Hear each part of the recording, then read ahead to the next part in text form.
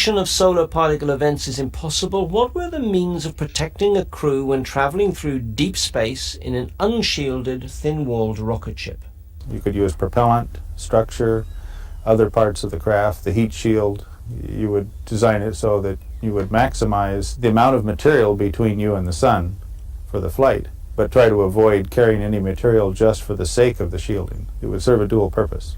With aluminium shielding, it's accepted that the minimum requirement is a thickness of 10 centimetres all around the craft. Was there any attempt to provide such protection? No. The walls of the craft were made as thin and light as possible. The Apollo capsule itself was made unusually thin. In fact, they couldn't even initially carry enough air inside to be the equivalent to sea level air pressure. They ran it at reduced pressure in order to be able to make the walls thinner. And then the LEM and other parts of the craft were all made out of very thin material, very flimsy. Almost no protection at all against solar radiation. So why not try using a solid shield to protect the astronauts from these dangers? Well, they didn't know how to put a shield like you suggest and still be able to make the weight capability of the Saturn V and carry everything to the moon.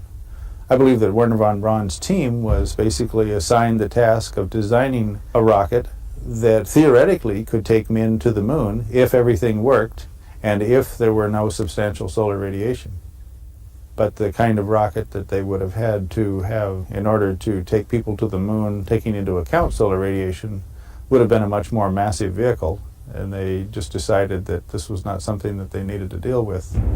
They would just tell everybody that the radiation was okay.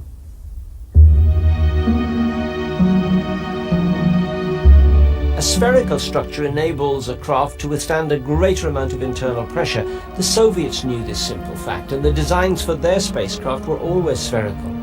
Here's a typical Vostok capsule. Compare this with the American thin-walled CSM design.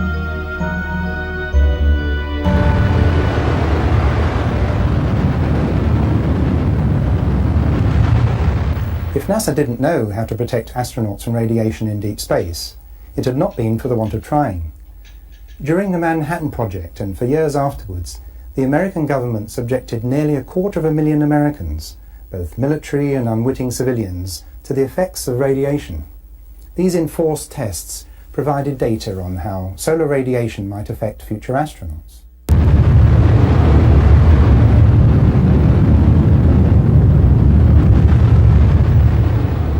During the experimental detonations of atomic bombs, American military personnel were ordered to walk towards ground zero, totally unprotected.